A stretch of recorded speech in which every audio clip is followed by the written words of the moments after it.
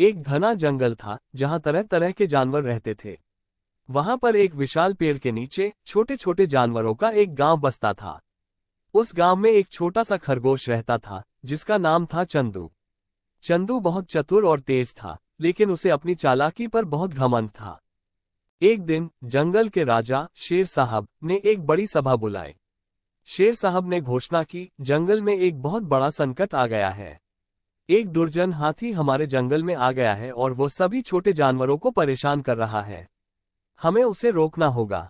सभी जानवर डर गए, लेकिन चंदू ने बड़े गर्व से कहा, मैं उसे सबक सिखाऊंगा। सभी जानवरों ने उसकी हिम्मत की सराहना की, लेकिन उन्हें चिंता भी हुई कि चंदू कैसे इतने बड़े हाथी को हरा पाएगा। चंदू ने सोचा, हाथी से लड़ाई में नहीं बल्कि चालाकी में जीतना होगा। उसने एक योजना बनाई और अगले दिन सुबह सुबह वो जंगल के गहरे हिस्से में गया जहां एक बड़ा कुआं था।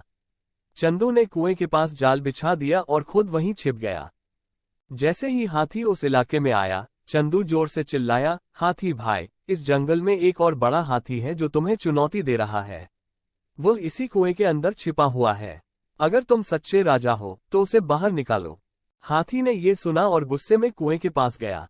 उसने कुएं में झांका तो उसे अपनी ही परछाई दिखाई दी, जिसे उसने दूसरा हाथी समझा।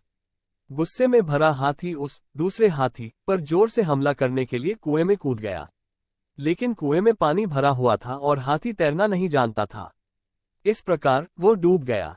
जब हाथी नहीं लौटा तो चंदू खुशी खुशी जंगल के अन्य जानवरों के पास गया और उन्हें ये खबर सुनाई। सभी जानवरों ने चंदू की तारीफ की और उसकी बुद्धिमानी की सराहना की। कहानी की शिक्षा, चतुराई और समझदारी से बड़ा कोई बल नहीं होता। हमें अपनी ताकत का उपयोग सही तरीके से करना चाहिए और कभी भी दूसरों को हानि पहुंचाने का घमंड नहीं करना चाहिए।